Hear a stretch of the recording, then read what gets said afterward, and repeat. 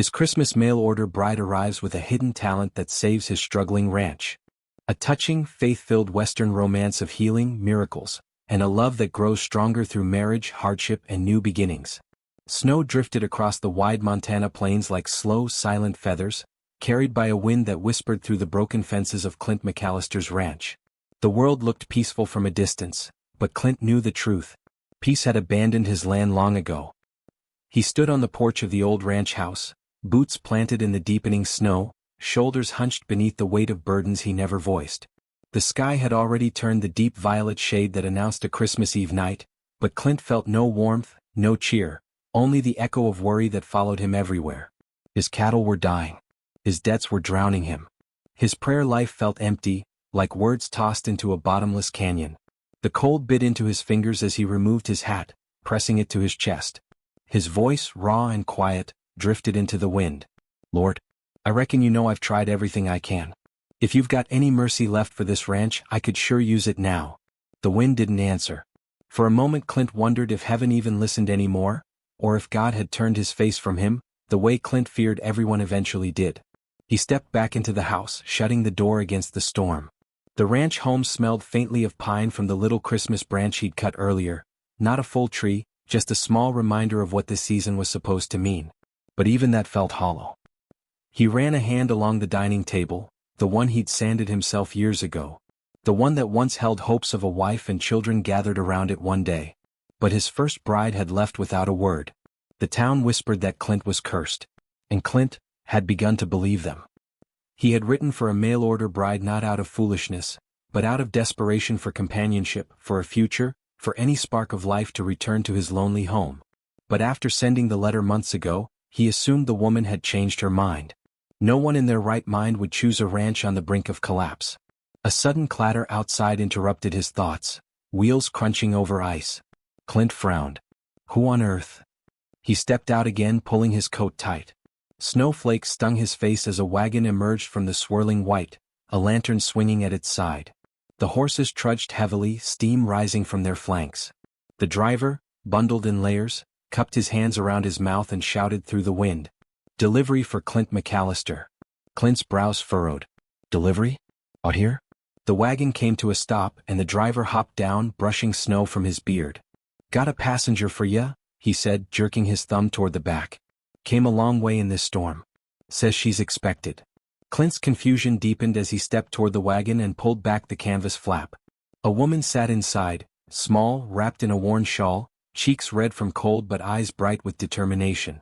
She clutched a simple satchel in her hands. Her voice trembled, though not from the cold. Are you Mr. Clint McAllister? Clint stared, stunned, speechless. She swallowed hard. My name is Annie Whitmore. I'm your mail-order bride. If you'll still have me. The wind paused as if holding its breath. Clint felt his own breath falter. He hadn't expected her to actually come. Not in this storm. Not to this broken ranch. Not to him. She looked down, tucking a strand of hair behind her ear. I know this is sudden. And I know you weren't expecting me tonight. But my train arrived early and then the storm hit, and the station master said this driver could take me as far as your road. I didn't want to trouble you, but... Her voice cracked. I had nowhere else to go. Clint's heart tightened, not out of pity but something deeper. Something he hadn't felt in a long time. Purpose. Responsibility. Hope. He reached a hand toward her. You better come inside before this blizzard freezes us both. Annie released a shuddering breath, half relief, half exhaustion, as Clint helped her down from the wagon. Her small gloved hand felt like a fragile bird in his. Inside the warm glow of the ranch house, she stood by the fire, hands shaking as she thawed them. Clint watched her silently. She was gentle, soft-spoken, carrying a courage that surprised him. And she had chosen to come to him. Her eyes lifted to his, unsure, searching. Mr. McAllister, if you think I made a mistake coming here, I understand. You don't have to keep me.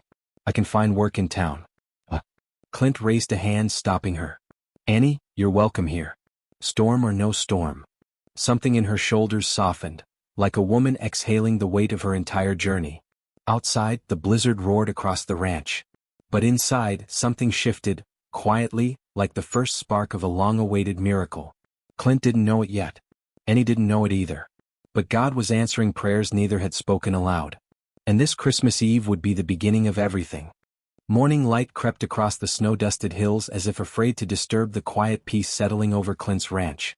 Inside the small kitchen, the fire crackled, casting a warm glow across the wooden table where Clint and Annie sat across from one another, two strangers joined by circumstance, facing a day neither had expected. Annie's hands wrapped around a cup of warm tea Clint had brewed for her. She glanced up at him shyly, her cheeks still rosy from sleep and lingering cold. "Thank you," she murmured. Clint nodded, avoiding her eyes as he sipped his own drink. He wasn't sure how to behave in front of her, this woman who had traveled from far away to marry a man whose life was falling apart. What on earth could she be thinking? Silence stretched between them, not hostile or cold, just uncertain. Like a bridge neither dared cross. Finally Annie set her cup down. "Mr. McAllister." "You can call me Clint," he interrupted gently. She smiled faintly. "All right, Clint. I know my arrival was unexpected. I hope I haven't caused trouble." "Not trouble," he said. "Just surprise." She folded her hands in her lap.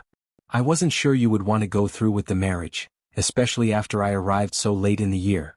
Clint glanced toward the frost-laced window. "I sent that letter not expecting a reply. And when weeks passed with no word, I figured, maybe the Lord decided I didn't need a wife after all." He meant it as an honest confession, but Annie lowered her gaze, lashes fluttering. "I received your letter. It just took longer to gather my things, longer to leave behind what little I had." Something in her voice trembled, but she quickly swallowed it back. Clint opened his mouth to ask, about her past, about the journey, about why she chose him of all men, but the knock at the door stopped him. Pastor Hale stepped in, stamping snow from his boots. "Mornin', Clint. Storm's letting up. Heard you've got yourself a guest?" Clint cleared his throat. "Not just a guest. A bride." The pastor blinked once. Twice. Then he smiled. "Well now, that's news worth celebrating." Annie felt heat climb into her cheeks. She stood politely, smoothing her simple blue dress. "If it's not too much trouble," Clint said awkwardly, "think you could marry us today?" Annie's breath hitched.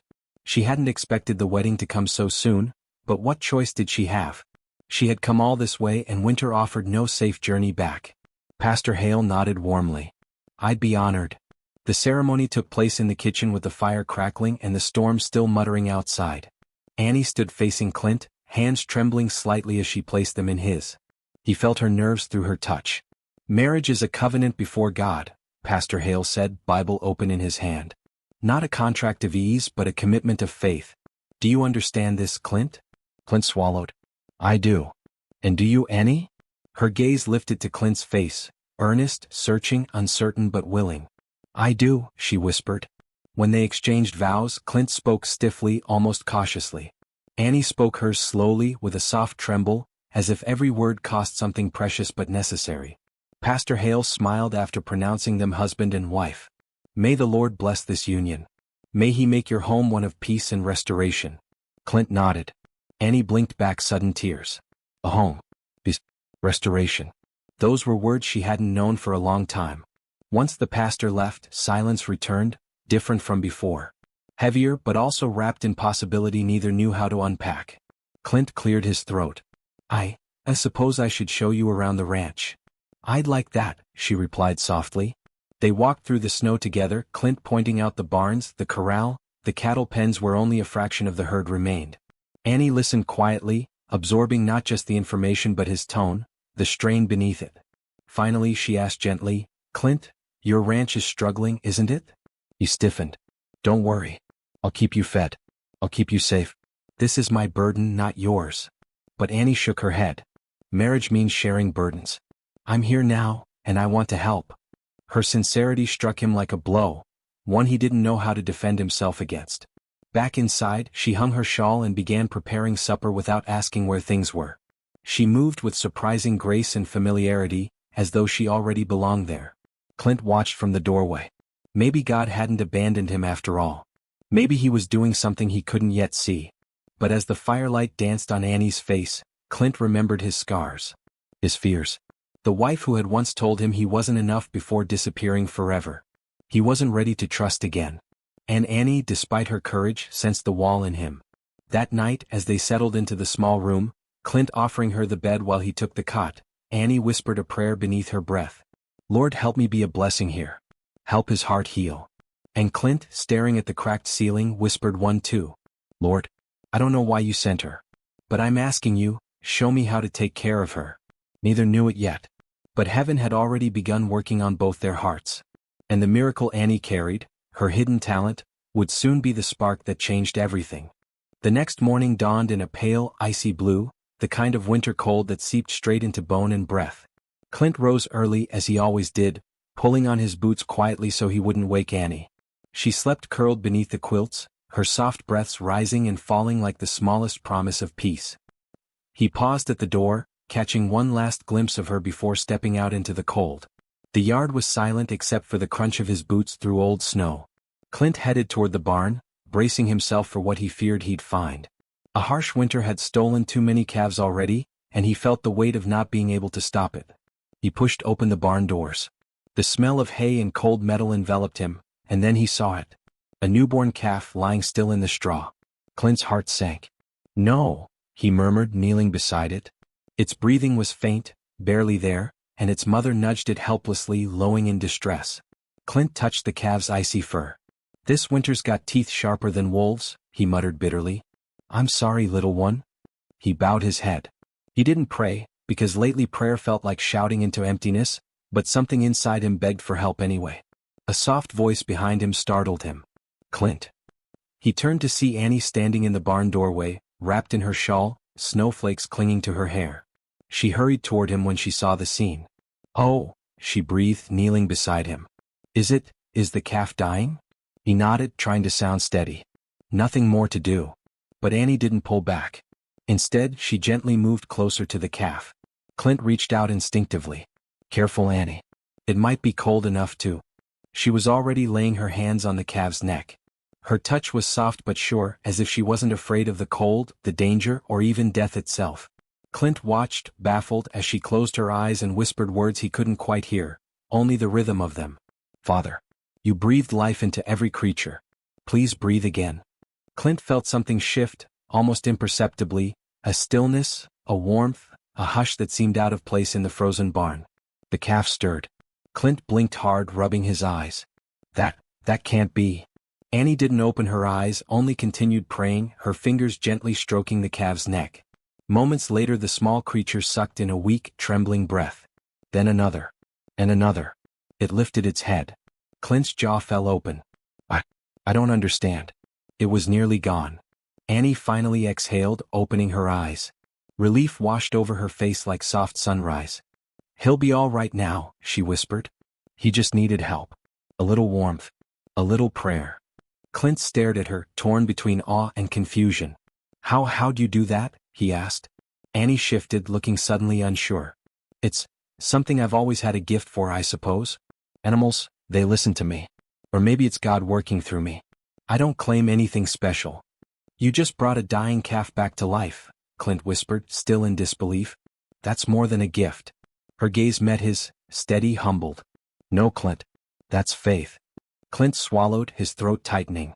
Faith was something he hadn't felt in a long, long time. Before he could say another word, Annie stood and moved to the mother cow, calming her with soft strokes and murmurs. The animal, restless moments earlier, eased immediately under her touch. Clint watched silently. This woman, this quiet, gentle stranger, had stepped into his life less than a day ago and was already changing everything. News traveled faster than the winter wind. By noon, Mrs. Hargrove from the neighboring ranch rode in with a sick sheep. She'd heard the story, though Clint had no idea how. Something's wrong with her, Mrs. Hargrove said anxiously. I heard your new wife's got away with animals. Could she try? Annie hesitated. I'm not sure.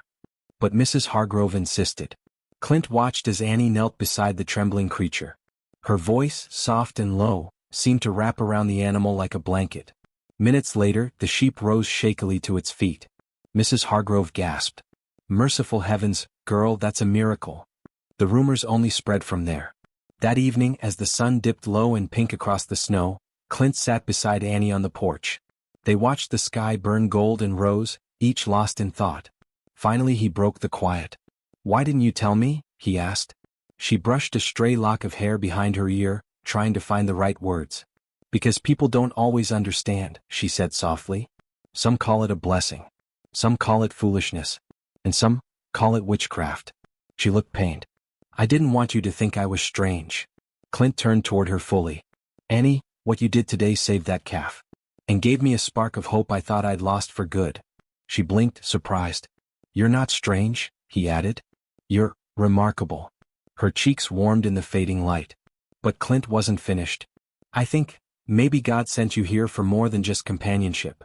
Annie's breath caught. I believe he did, she whispered. And for the first time, Clint felt something lift inside him. A quiet beginning of trust. A beginning of faith.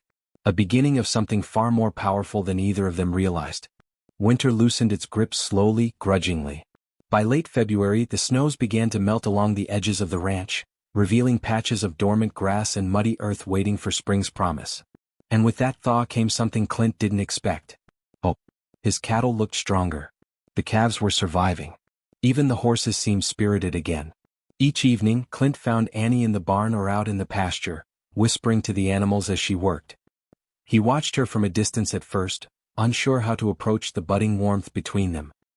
He admired her gentleness, her quiet determination, and the way she always put her hands together for a quick prayer before tending to a sick creature, even when no one was watching. Something in Clint softened each time he saw it. But hope, it seemed, attracted enemies just as quickly as it revived dreams. The arrival of Ross Keenan.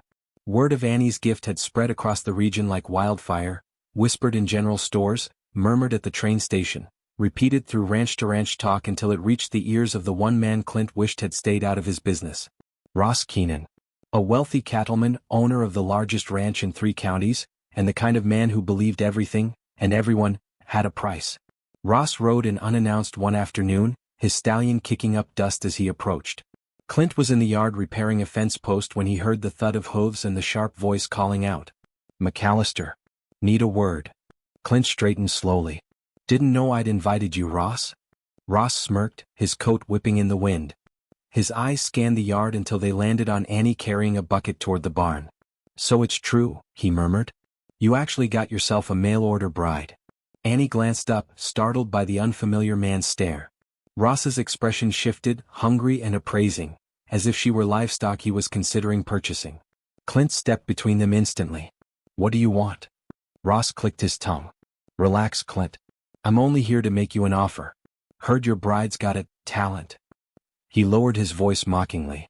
Some folks are calling it a miracle. It's prayer, Annie said firmly, approaching them with quiet dignity. And compassion. Nothing more. Ross ignored her correction. Instead, he leaned closer, lowering his voice.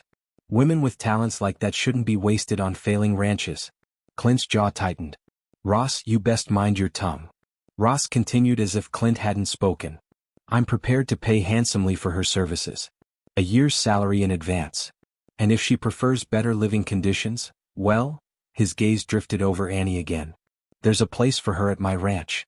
Permanently. Annie stiffened, repulsed. Clint's fists curled. She's my wife. Ross raised a brow. Doesn't look like much of a marriage from where I'm standing. That hit Clint deeper than he expected. Only Annie saw the flicker of pain cross his eyes. Ross, you need to leave, Clint said tightly. Ross smirked. Fine. But think it over. A woman like that deserves more than this rundown place. He tugged his reins and turned his stallion toward the road, calling back. Word to the wise, McAllister. Men don't keep treasures long when they don't know how to protect them. The threat hung in the air long after he disappeared. Rumors, lies, and rising tension. Ross didn't leave the situation alone. Men like him rarely did. Within days, strange stories began circling town. Annie Whitmore practices witchcraft. She uses unnatural forces on animals. She's manipulating sick beasts with tricks. The McAllister ranch isn't safe. Clint heard it at the general store first. The whispers turned into stares. The stares turned into cold shoulders. By the time he returned home that evening, the weight of the rumors pressed heavily on him. Annie noticed the tension in his jaw, the quiet anger in his steps. What happened in town? She asked gently. Clint hesitated. He hated the idea of hurting her with the truth, but lying was worse. There are folks talking, saying things about your gift. Annie lowered her gaze, shoulders drooping. It's not the first time. People fear what they don't understand. Clint stepped closer. You didn't deserve that. She looked up, eyes glistening. You don't think any of it is true, do you? Clint reached out, almost touching her cheek, but stopped himself. His voice was soft but steady. I think you're the most God-fearing woman I've ever known. And I won't let anyone twist that. Her breath trembled. Thank you. That moment stretched between them, warm, fragile, like a candle shielding itself against the wind. But outside, the storm was already brewing. Sabotage. 2 days later, Clint discovered the first sign of trouble. The latch on the cattle pen had been tampered with.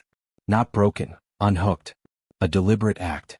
Half the herd had scattered before he and Annie managed to round them up. The next week, Clint's feed supply was found slashed open, spilled into the mud. Annie prayed with him each night, her hand gently covering his as they knelt by the bed. Lord, she whispered, be our shield. But the attacks kept coming. The barn fire. On a freezing, moonless night, Clint woke to the smell of smoke. Annie, he shouted, bolting upright. Something's burning. They rushed outside to see flames licking up the side of the barn. No. Clint sprinted toward it, coughing as smoke rose into the air. The cattle bellowed in terror. Clint, wait. Annie cried. But he was already inside, disappearing into the thick haze as he fought to free the animals. Annie grabbed a blanket, soaked it in a water trough and ran after him. The barn crackled loudly, the fire spreading. Inside, Clint struggled to unfasten a panicked horse when a beam fell beside him, knocking him to the ground. He gasped as smoke filled his lungs. Annie rushed to him, dragging the blanket over them both, shielding him from falling debris. Clint, get up, she urged. Lean on me. He coughed violently, disoriented, but her hands didn't waver. She guided him out just as the roof collapsed behind them in a shower of sparks. Outside, Clint collapsed into the snow, coughing harshly as Annie knelt beside him, cradling his head in her lap. Her hands trembled as she brushed soot from his face. Clint, are you all right? Please say something. He opened his eyes, breath shallow but alive. Annie, I thought I'd lost you. She shook her head, tears running down her ash-smudged cheeks. You won't lose me. Not as long as you still want me here. He reached up weakly, his fingers brushing her cheek. I do, Annie. His voice broke. And I think, I'm falling in love with you. Her breath caught, tears shimmering. So am I. For the first time since his first wife left him years ago, Clint let someone hold him without pulling away. And in that moment, kneeling together in the snow beneath a ruined barn, they both felt it. Not just love, not just hope, but God weaving their broken edges together. Where Annie's gift begins to bloom, and Clint's heart begins to soften. The next morning dawned soft and pale over the Miller Ranch, pink light stretching cautiously across the frozen land as though afraid to disturb anything fragile. The storm had passed. The world outside looked washed clean, renewed, yet the ranch house simmered with its own quiet tension. Clint woke earlier than usual, bothered by dreams that made no sense. Dreams of the storm, of Annie's hand in his, of a warmth he hadn't known since the passing of his mother. He pushed the thoughts aside, grumbling as he dressed. It wasn't that he didn't appreciate Annie. It wasn't that he didn't see her kindness. It wasn't even that he disliked her. It was that he didn't know how to receive someone like her. Someone gentle. Someone patient. Someone who didn't run from difficulty but seemed to lean into it with a kind of soft courage he didn't understand at all. But today there was no time for musings. The ranch needed him. A voice at the door. Clint trudged to the kitchen, expecting silence. Instead he found Annie, hair braided neatly, sleeves rolled up, stirring something warm on the stove. A sweet, gentle smell floated in the air. Good mornin', Clint, she said cheerfully. I made cinnamon porridge. My mama used to say it warms the heart before it warms the belly. He blinked, surprised she was up before him. Porridge, huh? Haven't had that in years. You'll have it today, she smiled, bringing a steaming bowl to the table. You've worked hard enough for both of us. He almost responded, almost said something kind, but his throat tightened. So instead he mumbled, thanks. Annie sat across from him quietly, her fingers wrapped around a mug. I was praying this morning, she said softly. Asking God to show me how to be useful to you, how to help. Clint's spoon paused midair. You're doing just fine. Am I? She whispered. There was no accusation in her voice. Only a question aching to be answered. He looked away. The barn in trouble. After breakfast, Clint headed to the barn. Annie followed, keeping a polite distance. The moment he opened the large wooden doors, she could feel something was wrong, not just see it. The barn felt heavy. Cold seeped in through the beams. The animals shifted uneasily, muscles tense and ears twitching. The cows huddled closer than usual, their breaths forming ghostly clouds in the cold air. Even the horses pawed nervously at the frosted ground. Clint rubbed the back of his neck. Storm must have scared him half to death. Annie's eyes moved slowly across the barn. And then it happened. A shiver, small but certain, ran through her spine. She stepped closer to one of the cows, placing a gentle hand on its broad, trembling side. "Shoo," she whispered. "It's all right." Clint watched her. Something in Annie changed when she touched that animal. Her shoulders straightened. Her face softened. A warm calm seemed to radiate from her. The cow that had been shaking a moment earlier exhaled in a long, slow breath and lowered its head into her palm. Clint stared. "What? How did you do that?" Annie swallowed, almost embarrassed. I just listen," she said quietly. "Animals, they talk in their own ways. My mama taught me when I was little. She used to say God gave us dominion but also responsibility, to tend his creatures with gentleness." Clint stepped closer, watching as another cow approached Annie, pressing its nose into her coat. "I've never seen anything like that," he whispered. "Not from a woman. Not from anyone." Annie bit her lip, unsure whether her gift would be welcomed or judged. "I know it's strange. People back in our town thought it was silly, childish." Clint shook his head hard. "No. Annie, this is something I've been needing for years." She looked up at him, eyes shining. "What the ranch needed." He pointed to the corner of the barn where a young calf lay curled on the straw, breathing erratically. "That one's been poorly since last week. Vet said he might not make it through winter." Annie was already kneeling beside the calf before he finished speaking. She placed her hand over its chest. The calf's breaths were shallow, too fast. Its little body was cold to the touch. Annie closed her eyes. "Lord, you made this creature.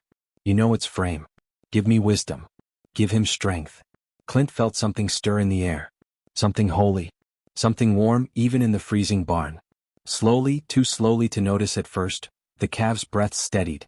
Its ears flicked. And then it lifted its head toward Annie. Clint took a step back, awe flickering across his face. "Annie, I don't know what that was, but..." She finished softly. "A gift. Mama said I shouldn't hide it. But I never knew if anyone would ever want it, or want me." The wall begins to crumble. Clint knelt beside her, a rare vulnerability softening his rough edges. "Annie, I didn't know what to make of you at first. I wasn't ready for a wife. Not after everything I messed up on this ranch." He exhaled. Slow. Honest. Painful. "But you might be exactly what God planned for this place." For a moment Annie said nothing.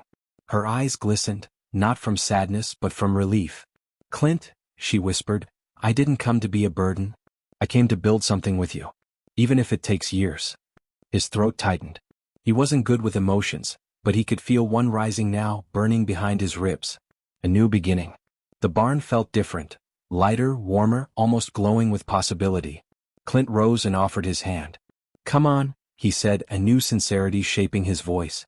"I want to show you the south pasture. It's where I always hoped to raise new calves. Maybe, with your help, we can make it happen." Annie placed her hand in his. Their fingers fit awkwardly at first, then naturally. Clint felt the beginnings of trust. Annie felt the beginnings of belonging. Together, they stepped out into the cold winter morning, two wounded hearts walking toward something neither had expected. Hope, partnership, and perhaps, love. Where crisis strikes, and Annie's hidden gift becomes the ranch's lifeline. The next morning arrived in shades of gray, an unsettled sky that hinted at trouble. Clint woke with a heaviness he couldn't explain. Not dread. Not fear. Something different, something that felt almost like change. Annie was already awake, humming softly in the kitchen as she kneaded dough on the counter. The smell of rising yeast filled the warm space, wrapping Clint in a sense of home he hadn't felt in years. He paused in the doorway watching her. Hair braided, sleeves rolled up, flour dusting her cheek. Simple, steady, beautiful in a way he hadn't expected, gentle, but carrying a strength that softened him without permission. She looked up and smiled. "Good morning, Clint." He cleared his throat. "Morning. Bread smells good." "God gives us daily bread," she said softly. "Sometimes literally." Clint almost smiled. Almost. But today wasn't a day for soft emotions. The ranch needed checking after the storm. He grabbed his coat. "I'll be out in the north pasture." "I'll come with you," Annie said, wiping her hands. "If you don't mind." He hesitated. He should have minded, he'd always worked alone. But something in her hopeful eyes nudged him. Sure. I don't mind. A ranch in trouble.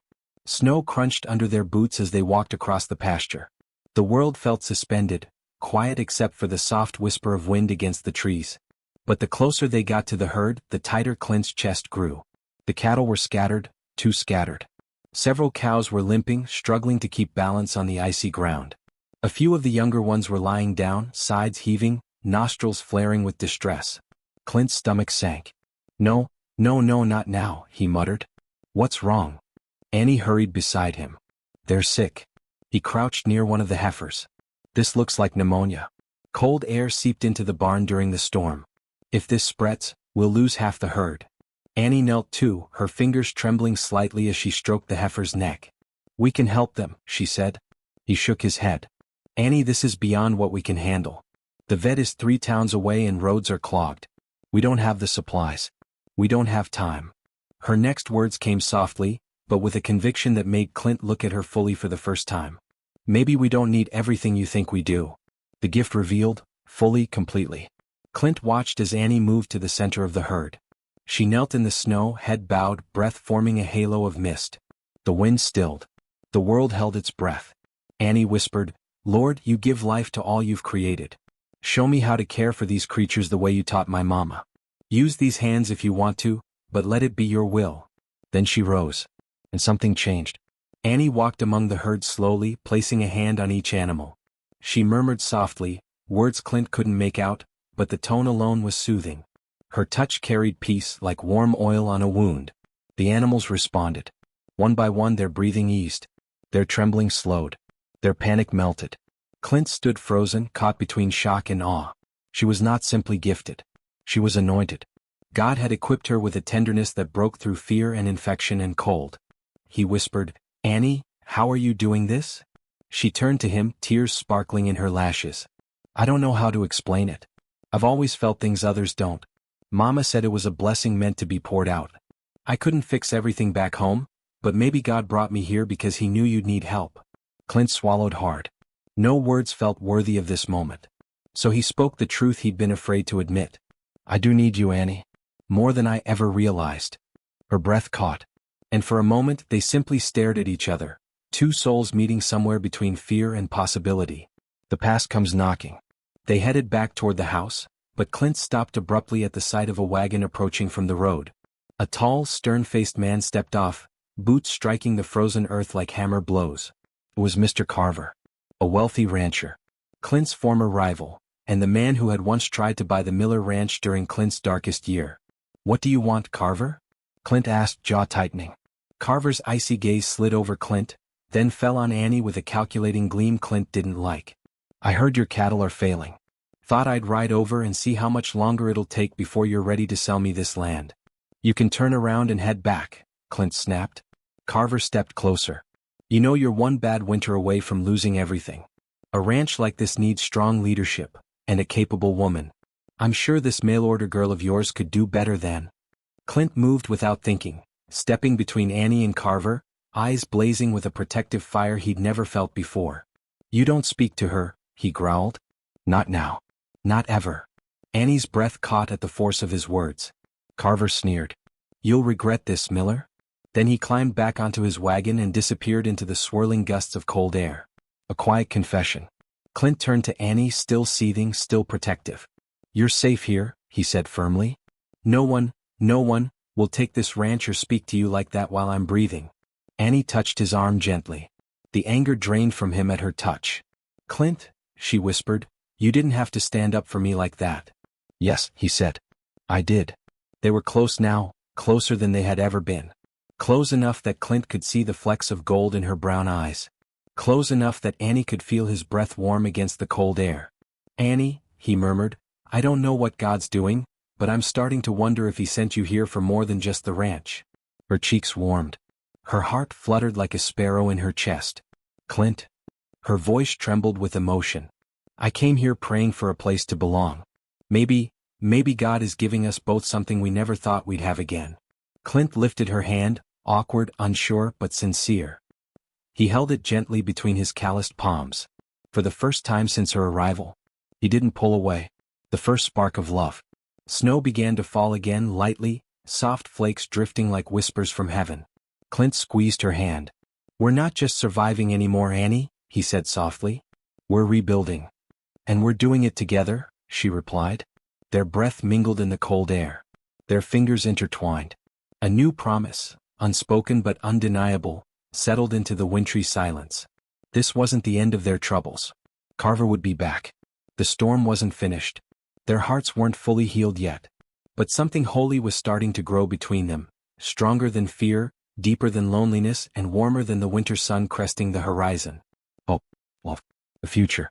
The ranch wasn't the only thing being restored. Clint and Annie were too.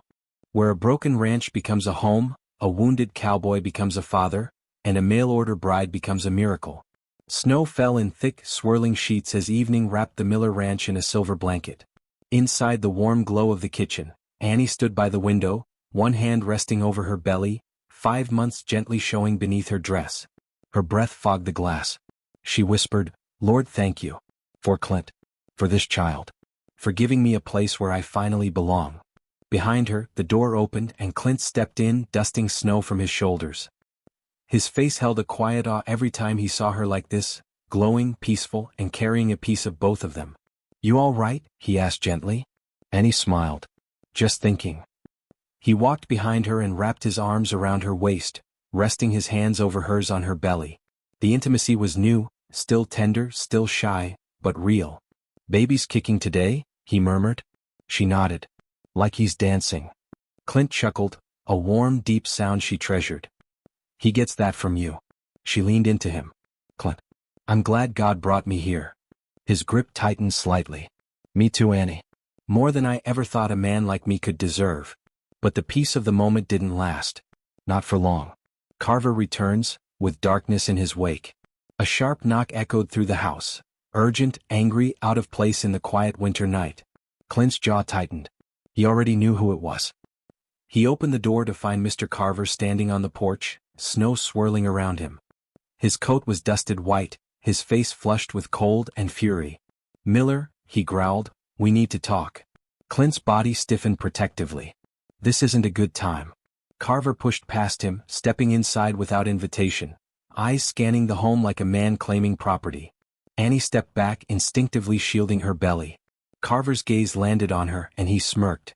"So the girl's expecting." "I figured as much. A baby complicates things, Clint. You can't keep this ranch afloat with mouths to feed." Clint stepped between them, fists clenched. "I told you before, you don't speak to her." Carver ignored him. "I came to give you one final warning," he said, voice cold as the wind howling outside. "Sell me this land before winter breaks you. Take the money. Start fresh somewhere else." Clint's eyes burned with something fierce and righteous. "No." Carver's face twisted. "You'll regret that." He slammed the door behind him as he left, shaking the whole cabin. Annie let out a long breath. Clint immediately pulled her close. "I'm sorry, Annie. I should have." "You protected us," she whispered. "That's all I need." Storm and pain. That night, the worst blizzard of the season struck. Wind screamed around the house. Snow buried fences. Icicles thickened like spears along the roof. Clint dressed in layers, preparing to check the barn. "I'll come with you," Annie said, reaching for her coat. Clint stopped her gently. "No. Not tonight. The storm's too strong." "But the animals?" "Annie," he said softly but firmly, "you're carrying our baby. Your place is inside." She hesitated, then nodded. He kissed her forehead, still awkward, still learning but full of love. "I'll be back in an hour," he said, then stepped into the blinding snow.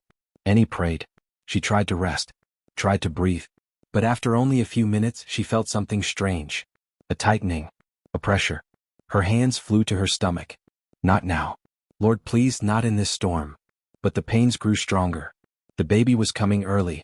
A desperate ride through the blizzard. Clint returned just in time to hear Annie cry out from the bedroom. He rushed inside, heart dropping when he saw her gripping the bedpost, breath shuddering. "Annie? Annie, talk to me." It's time, Clint." Her voice trembled. "The baby's coming." Panic surged through him. The roads were impossible. The midwife lived 5 miles away. No one could reach them in this blizzard. "We'll get through this," he said, voice thick. "Just breathe." I'm here. But then, a sudden pounding on the door. Clint's blood turned cold. Not Carver. Not again. He threw the door open and froze. Standing on the porch was Jed Carter, the old mountain doctor who lived miles away and rarely left his cabin. He was covered in snow but smiling gently. Storm blew me off my trail, Clint. Figured God might have had a reason for pushing me this direction. Clint stared, stunned. Doc. Annie's in labor. The doctor brushed past him. Good. Then God brought me here at just the right time. The miracle in the storm. Hours passed. Bang. Prayers. Tears. Clint held Annie's hand through every contraction, whispering encouragement, voice breaking as he begged God for strength. For her, for the baby, for himself. You're doing so well, he kept saying. But his heart was in his throat. Finally, a sharp cry filled the room. A baby's cry. The doctor lifted a tiny red-faced boy into the lamplight. A perfect child. Breathing strong. Eyes squeezed shut as he wailed with life. A healthy son, Dr. Carter said with a tired smile. Congratulations. Annie sobbed with relief. Clint broke inside, his heart cracking open in the most beautiful way. He held his son, carefully, reverently, as if holding a piece of God's own promise. Hello, little man, he whispered, voice thick. You sure picked one dramatic entrance. Annie laughed softly. Clint kissed her forehead and whispered, I love you, Annie. I love both of you. Her breath hitched. And we love you, Clint. A new dawn, a new promise. By morning the storm had cleared. Sunlight danced across fresh snow, turning the world into a field of diamonds.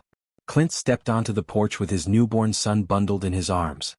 He looked out over the ranch, the cattle warm and safe in the barn thanks to Annie's gift, the fences still holding, the land alive. For the first time in years he saw hope. Real hope. Carver never returned after the storm.